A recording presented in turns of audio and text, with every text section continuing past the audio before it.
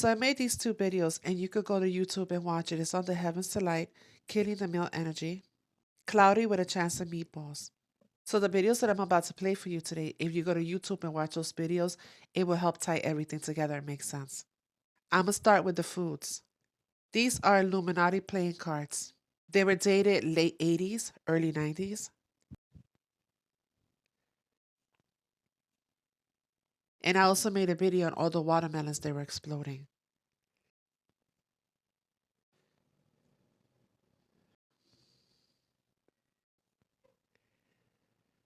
The fallen are always looking for ways to mix their DNA with ours.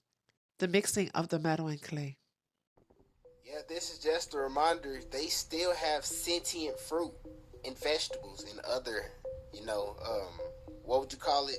Oh yeah, food that's sentient. Yeah, I keep hearing me saying it because this shit's sentient. That mean it can feel pain.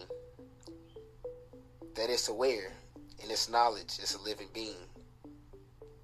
Yeah, they can feel just like me and you. You know why? Because they're sentient. Y'all remember that other video I dropped a while back when one of these motherfuckers ran away? A banana running away. That's outrageous. Crazy.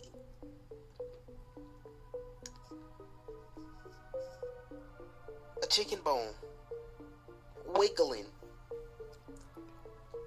It's so sentient that fries is twerking. We got twerking fries now, gang. Twerking fries. Sentient, the ability to perceive or feel things. You know, like me and you, we're sentient, so you can perceive or feel things, like you can feel emotions, like in pain inside of your body, That's fucking great! Let me know what y'all think about this sentient food in the comments. Video how people are claiming that these Himalayan mountains used to be some kind of giants, and that this pink salt looks a lot like flesh and blood from a being. On petrified giants, whatever happened to them most probably happened fast and simultaneously. Now, do I believe that they are 100% petrified? And the answer is yes and no. If giants are real, like the Bible, Dead Sea Scrolls, and other literature defines, they were not born of the same flesh like me and you, so I think they were only stopped but not destroyed. And these pink salt mines and these flesh-looking stones are part of their bodies harvested from the earth. And for us to deny the similarities that this was once some living tissue, when pictures and video show layer by layer the truth.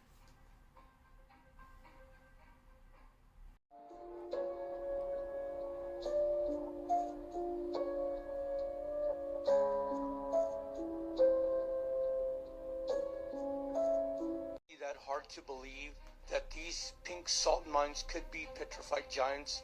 Look at how close it resembles our own human anatomy. The average adult body contains 250 grams of sodium, less than 9 ounces, or about the amount of 3 or 4 salt shakers. But remember, they are not human. We're talking about giants.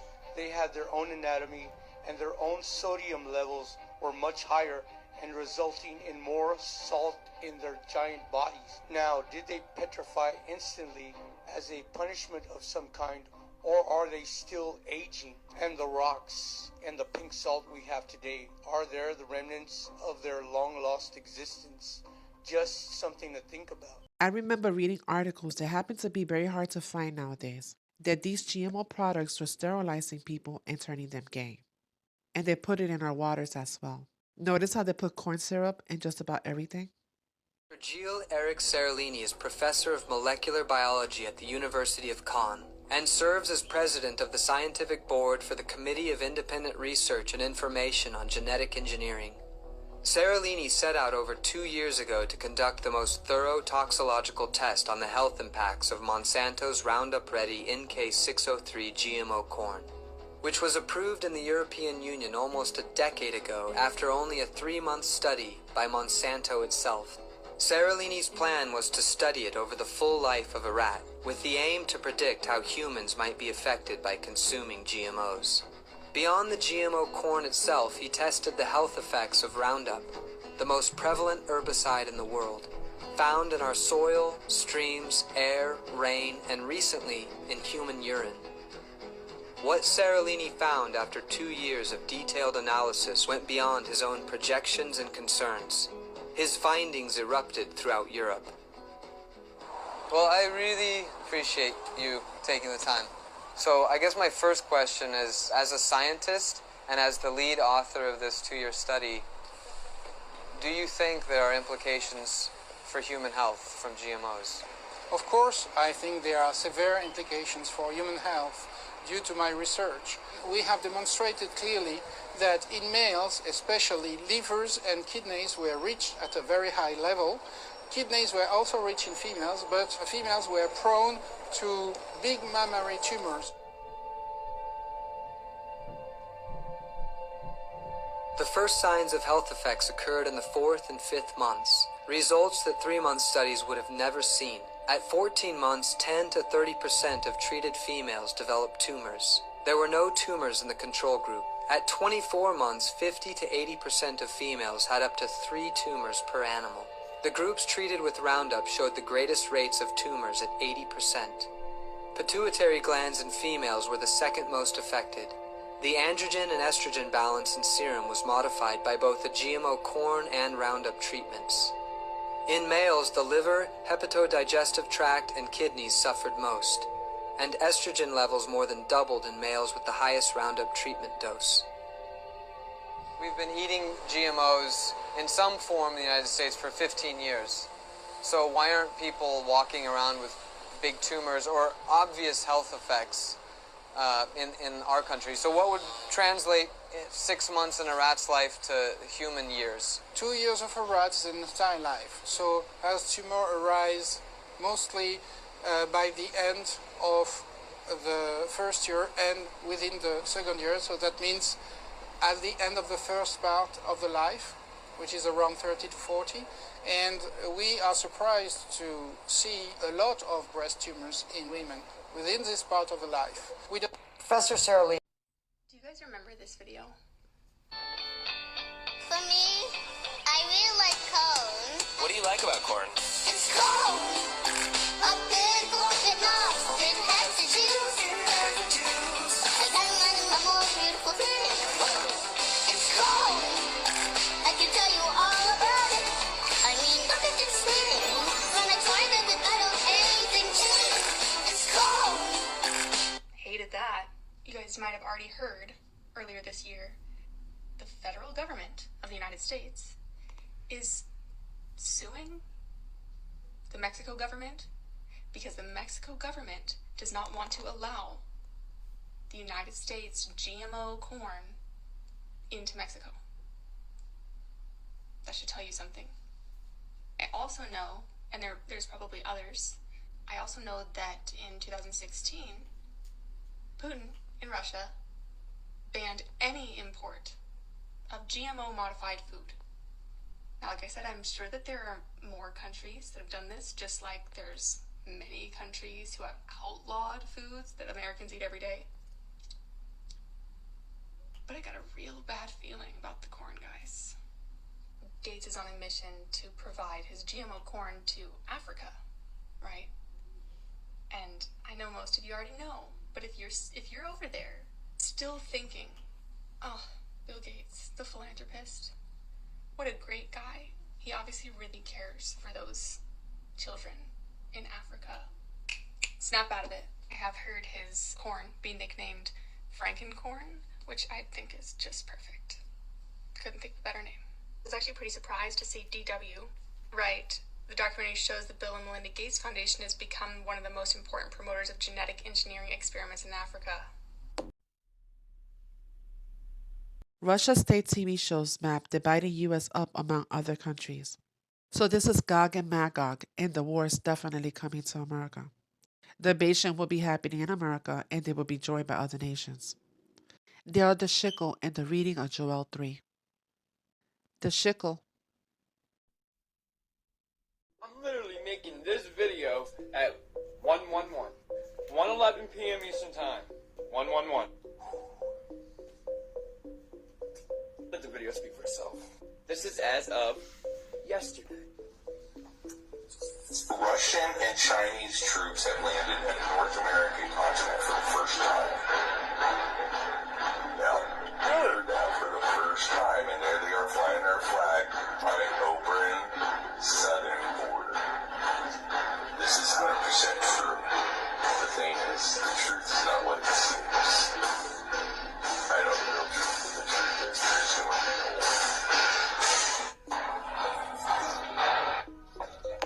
1994, our government tried to use gay as a weapon. Did you know that?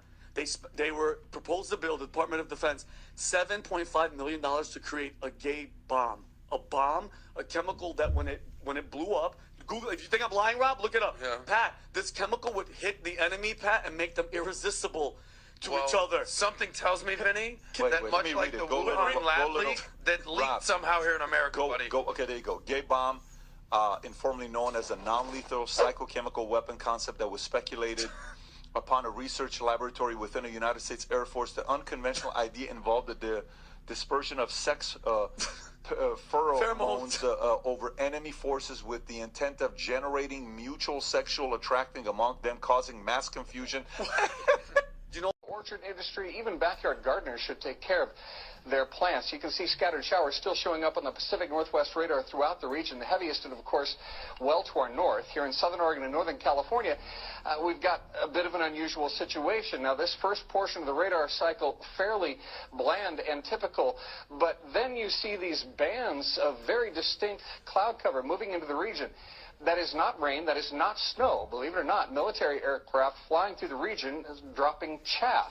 Small bits of aluminum, sometimes it's made of plastic, or even metallicized paper products. But it's used as an anti-radar issue, and obviously they're up there practicing. Now, they won't confirm that, but I was in the Marine Corps for many years, and I'll tell you right now, that's what it is.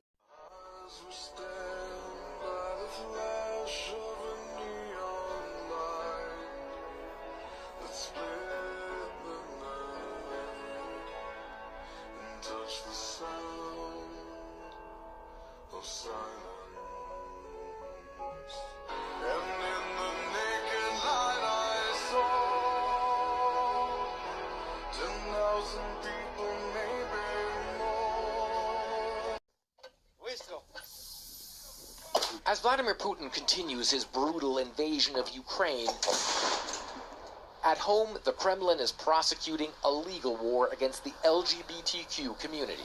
Russia's Supreme Court now labeling its members as extremists. The court decision to ban the activities of the international public LGBT movement and its structural subdivisions shall be subject to immediate execution. That means this may be considered extremist behavior in the future. Safran is a drag artist, often performing at an underground club. What scares me is that a large layer of interesting ideas, interesting people, and interesting creativity will be lost. I fear for the safety of these people. If they continue to do what they are doing, they could be in danger. Sodomy and pedophilia, that's how Kremlin-controlled TV has been labeling the LGBTQ community for years in a sustained media blitz. Ой, друзья, простите, не хочу говорить об этих пи. Sorry, I don't want to talk about these pen. I won't even say this disgusting word out loud. I'm a terrible homophobe. If it were my choice, they would be shot for what they do to each other. Combating what he sees as non-traditional sexual behavior propagated by the US and its European allies is part of Russian President Vladimir Putin's rationale for the war in Ukraine and one of his propaganda points in a confrontation with the West. Putin styling himself as the defender of what he calls traditional Christian values, even as he recently praised Russia's cultural diversity. Our diversity and unity of cultures, traditions, languages, and ethnic groups simply does not fit into the logic of Western racists and colonialists. The LGBTQ community has long faced violence and arrests in Russia, but some LGBTQ activists believe now things could get much worse, as Vladimir Putin gears up for a presidential election next March.